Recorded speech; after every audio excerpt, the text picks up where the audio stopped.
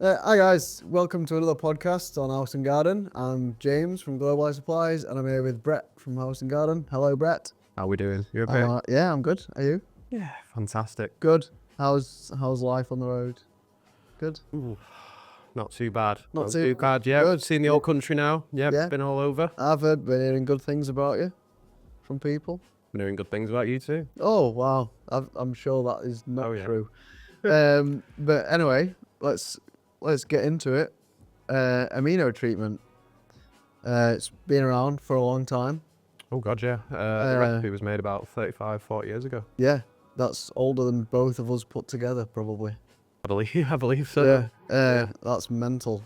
So what is amino treatment? Because I know there's a lot of people who don't necessarily know what it is, or necessarily they might know about it. They don't know what it does.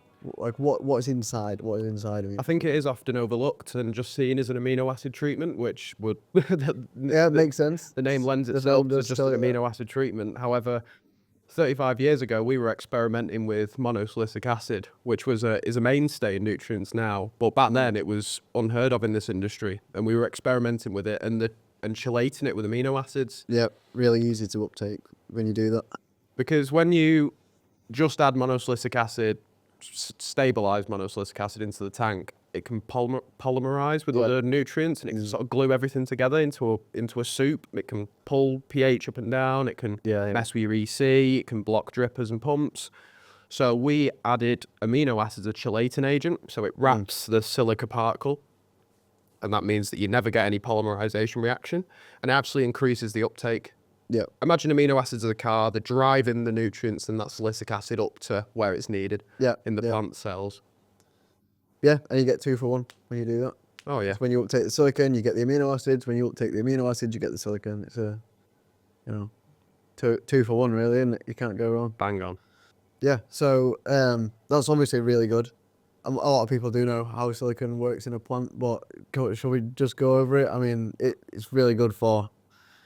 Well, it's basically required, I think, at a certain point. When you're getting if you keep growing really quickly, really fast, then it's pretty much required, unless you're messing about with sticks and stuff. But 100%. In indoor gardening, silicon's one of the mainstays. I think it's definitely needed in a lot of indoor grow rooms, especially because temperature fluctuations are rife.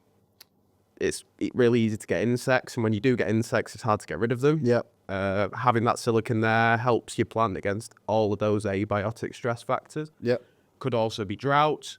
If you're hand feeding, you forget to go. Oh yeah. Which is I've heard many a time in the shop. Yeah. They'll always blame the nutrient for that. Yeah. Or if they forgot to go and feed them, and silicon's just another layer of protection, basically. Yeah. Also against sucking insects as well. The sucker insects. Oh yeah. Yeah, we all know them. No. Oh. Oh yeah, you don't want that. But it deposits a layer of silica between the cell wall, and that can make it harder for any sucking insect to actually penetrate that and get to the vacuole. So they all have vacuole, don't they? Oh, the bang at it. Yeah. God knows why. A bit chewy for me, but yeah, they're good. So it can really help you to protect your plants as well as. Oh, of course. And it'll also give you thicker benefits. stem, stronger growth, wider leaf span as well. Yeah. Which means when it comes time to flower, if you want heavy fruit sets, you need a strong plant to support those. Oh yeah. Otherwise, they'll just bend, snap, and fall, don't they? yeah. Yeah. Which is you don't want that. You don't want it touching the floor. If you don't want your best buds on the floor, do you? You don't know. You want them high and mighty. Yeah, you want to bring your best buds up. You want to bring your best buds up with you, right next to you. So very good against pests, structural integrity, all the good stuff. Which is, I think, something that not a lot of people know about amino treatment. Is that No. It does actually have silicon in it. It's often overlooked, and when people are looking for silicons in shops, they're looking for. You got 2 or 3 options really. You've got your potassium silicate, which is very cheap, and it takes a long time to break down and uptake. It can actually take months, which means in indoor gardening, you've chopped it by the time it's actually being broken down by the plant and turned into monosilicic acid. That's what the plant will do over time. It'll turn that potassium silicate into monosilicic acid, which is the most bioavailable form. but that can take months. Whereas we do it in a lab, we synthesize it and make that monosilicic acid, and it's readily available from the get-go. It can be uptaken in as little as 15 minutes. But when people are shopping for silicons, they're looking for these really expensive premium silicon boosters. Yeah. There's a few come to mind, and they're roughly in that 160 to 210 quid range. Amino Treatment's retail is 90, and the dosage rate is similar.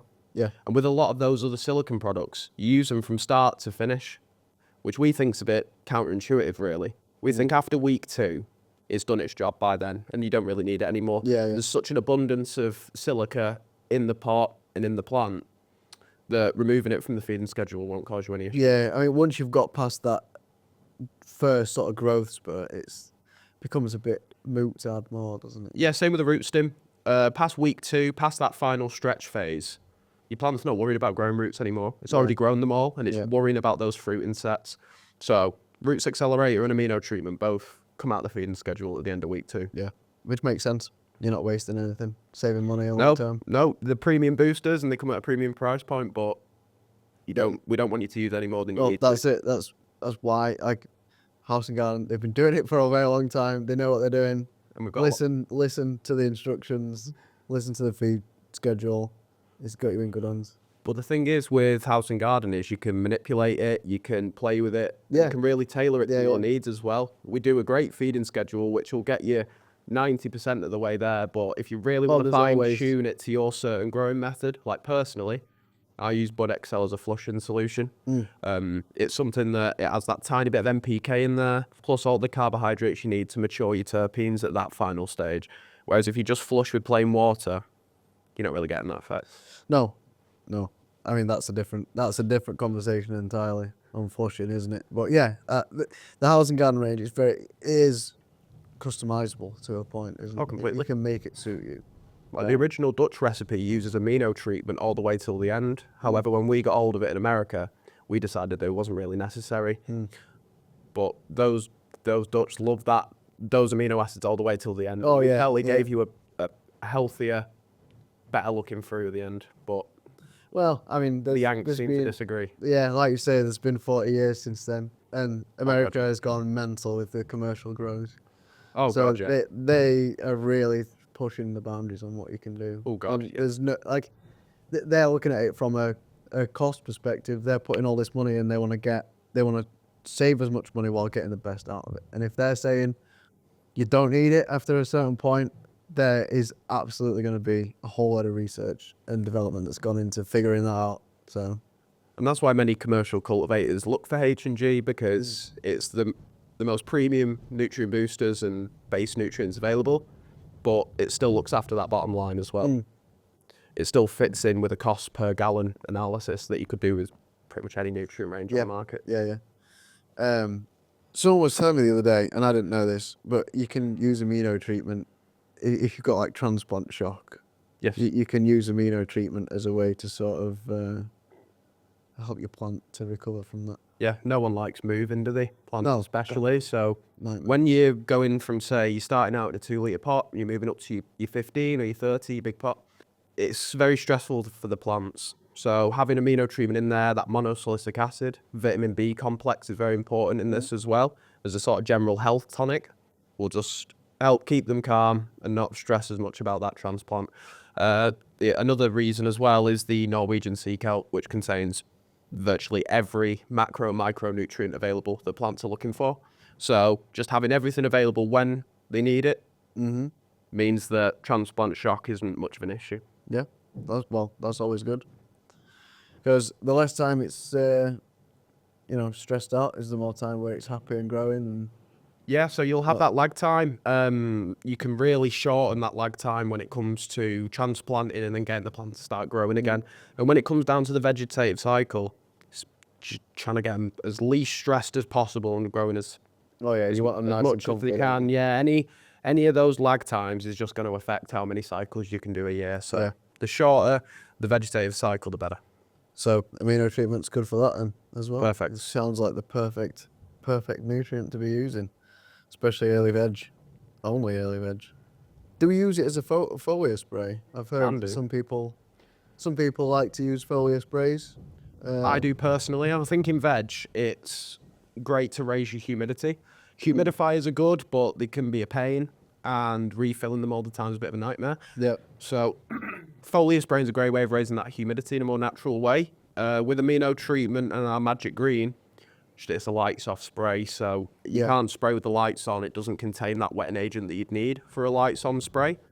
But my personal sort of tip is to do it 15 minutes before the lights go out. That way you can see what you're doing. You're not messing around with them annoying green head torches. Yeah. And it doesn't give the grow light enough time to burn the leaf with the Yeah. spray. So it's how I do it personally. And when it comes time to that stretch phase from say week 1 to the end of week 2 of flower, slowing them down is really important. A lot of indoor growers use synthetic PGRs. I could name a whole load that are sold in the UK, and that's the nuclear option. Tanks the quality of your flower, and it can stay in the soil for 7 to 8 years. So it just shows how powerful these chemicals are. So personally, that is the last thing I'd be putting in my tank. However, it stops that vertical growth on a dime. You add it in the next day, they're not growing an inch more than that, which is perfect for these growers. However, when you use amino treatment double strength or as a foliar spray, say go up to 0.6 mil or use it 1 mil per litre in a foliar application, that will really slow down vertical growth in a natural way. So you're not having to use those synthetic PGRs. It helps you train and manipulate your plants to a canopy that you're looking for. Get a nice even top on everything. Yeah, exactly. Sea green, people like to call it, and it's a lot easier and better for the plants as well. You're not gonna affect the quality of your flower negatively, whereas a lot of those synthetic PGRs are absolutely tank the quality of your flower. Awesome. You've mentioned before in a few things, I think Route 6R, there's a lot of house and garden products that have got this sort of Norwegian sea kelp and a proprietary seed extract. I think it's mostly with the things that are like, as an alternative to the PGRs, this is the growth hormone that's in the nutrient. It's naturally sourced. Why? I mean, house and gardens are some of the best. Why is that?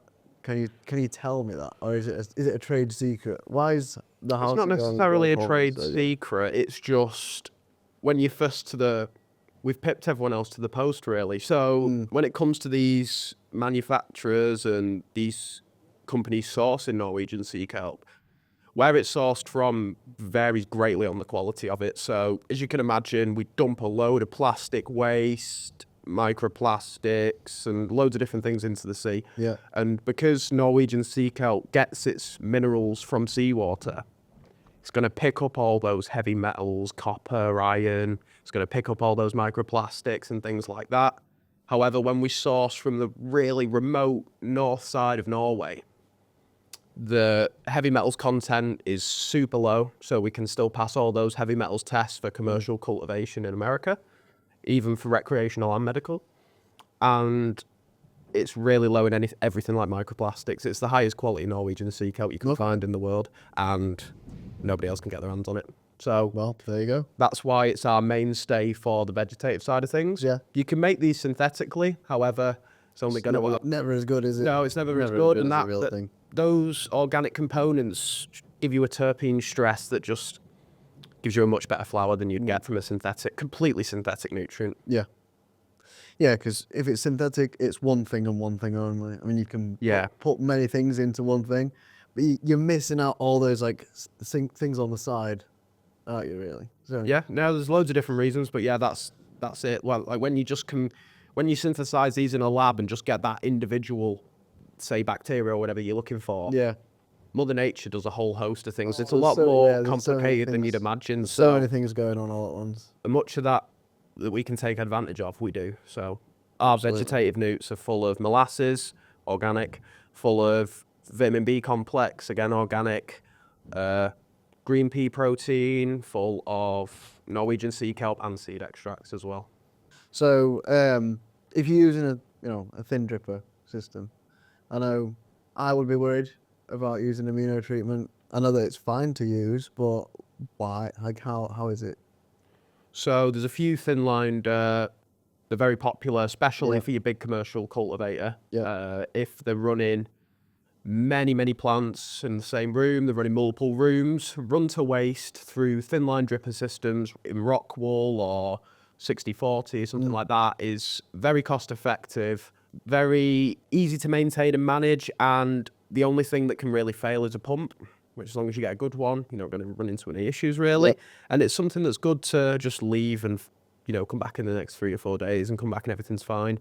Some systems you really need to be on top of. However, most dripper systems, the old school auto pots, the black pipe ones, they've upgraded to a blue pipe 9mm now, but the old one was 4mm, and most dripper systems are 4mm as well. Yeah. So many growers using these systems are very worried about blockages.